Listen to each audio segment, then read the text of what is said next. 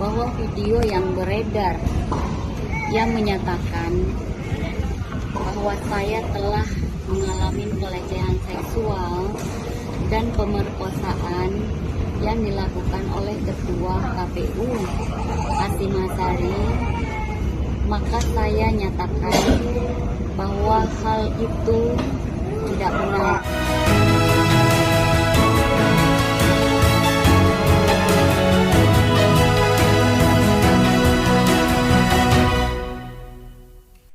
Klarifikasi Hasnaini semakin mempersulit posisi Ketua KPU oleh Asyari Usman, wartawan senior FNN.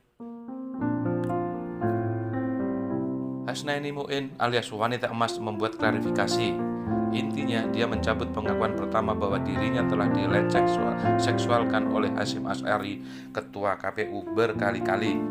Hasnaini mengatakan tuduhan awal terhadap Ketua KPU tidak benar.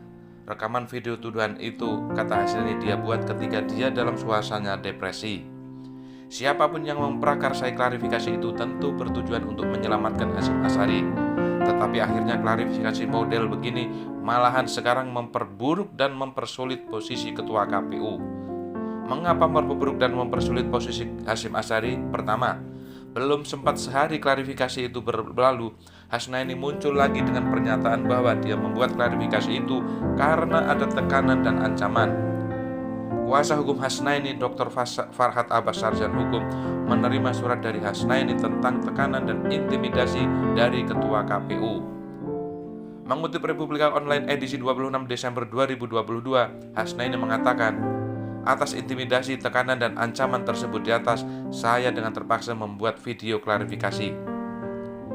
Ini merupakan cuplikan dari surat keterangan tertulis Hasnaini yang dikirimkan lewat kuasa hukumnya Farhad Abbas, Senin 26 Desember 2022. Farhad membagi bagian surat ini kepada para wartawan. Kedua, pengakuan Hasnaini bahwa dia diancam dan diintimidasi oleh Ketua KPU akan memperpanjang drama ini. Kalau semula Ketua KPU berharap klarifikasi Hasnaini akan menghentikan ekspos kasus dengan dugaan pelecehan seksual atau gratifikasi seks sebagai imbalan lolos verifikasi Partai Republik 1 yang diketuai Wanita Emas, sekarang kasus ini semakin trending. Tuduhan ancaman dan intimidasi Ketua KPU terhadap Hasnaini kini menjadi episode lanjutan yang akan terus menggelayuti Hasyim Asyari. Pak Ketua akan disibukkan oleh pengakuan terbaru Hasnaini. Skandal gratifikasi seks ini akan menjadi lebih rumit lagi. Ketiga, Hasnaini pasti paham bahwa dia harus bertempur habis-habisan alias gaspol menghadapi Ketua KPU menyusul pengakuan intimidasi dan ancaman itu. Sebab pengakuan terbaru ini akan membawa dia memasuki babak sepala mandi biarlah basah kuyup. Diperkirakan suasana psikologis Hasnaini akan berubah dari pecundang menjadi pejuang. Sangat mungkin Hasnaini akan mengadopsi slogan "Fight till the end", bertempur sampai tamat melawan Ketua KPU.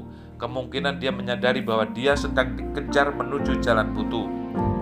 Di ujung jalan buntu itu dia tidak melihat bakal ada pertolongan. Posisi ini bisa saja memicu perlawanan yang semakin sengit. Keempat, Ketua KPU bakal kerepotan kalau perkara dengan Hasnaini berlanjut, sebab perhatian dan simpati publik akan semakin besar. Di mata publik, Ketua Umum PRS itu akan dilihat sebagai cicak melawan buaya dalam menghadapi Hasyim Asyari. Pasti muncul dukungan publik yang sangat kuat, dan pada gilirannya pertempuran yang tak seimbang ini akan menjadi perhatian segelintir orang yang masih waras di pemerintahan seperti Menko Polhukam Mahfud MD yang dikenal tidak suka pejabat yang sewenang-wenang. Kalau ini yang terjadi, posisi Ketua KPU semakin rapuh.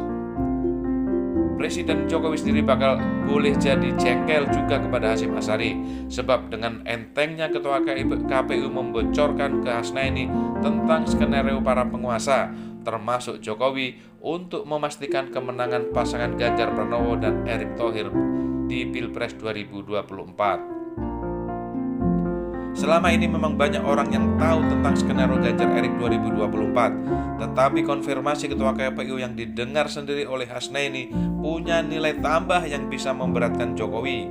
Bocoran dari mulut Hasyim itu menunjukkan bahwa dia sebagai ketua KPU resmi menjadi bagian dari skenario oligarki ini. Jadi dilihat dari sisi manapun juga, klarifikasi Hasnaini bahwa tidak benar Hasyim melakukan pelecehan seksual terhadap dirinya semakin mempersulit posisi ketua KPU itu. Solusi terbaik adalah pengunduran diri. Barulah setelah itu mantan petinggi Banser tersebut tidak lagi menjadi fokus pemberitaan.